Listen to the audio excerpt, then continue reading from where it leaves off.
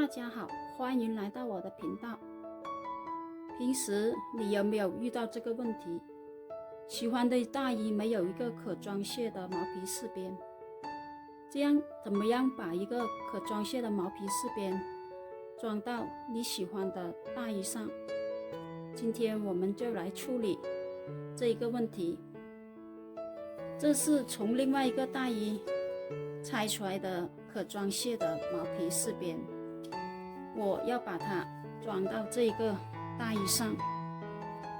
首先量尺寸，取出中心点，量这个尺寸，这个就是我们量出的中心点。然后看看这个扣子，这个扣眼的地方是多少？是3英寸，所以每隔3英寸就画一个点，到时候就是缝这个扣子在这里。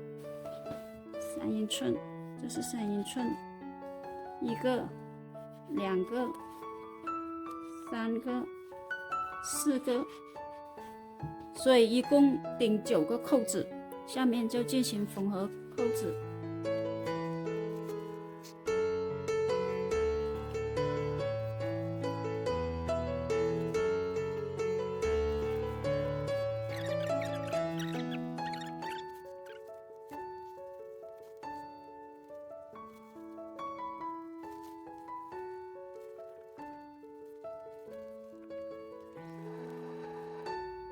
这样每隔3英寸缝一个扣子，扣子全部钉好了。因为这件大衣比原来那件大衣领子要长一点，所以我们只有从中心往两边这个毛边的尺寸来钉，然后在上面这里钉3颗来固定这个毛领。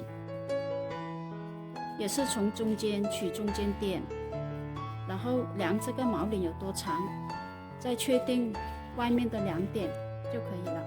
这个中心的扣子往上，我们在这里就钉1颗扣子，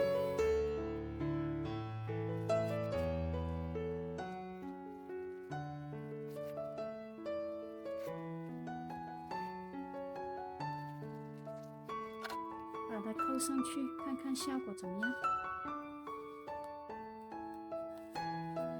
很好，就往外慢慢把它拉平整，在这里。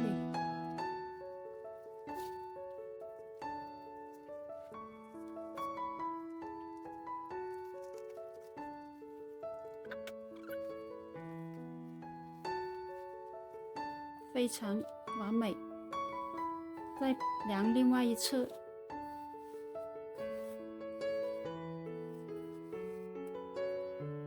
也是这个位置，再钉1个扣子，这样漂亮的毛领饰边就做好了。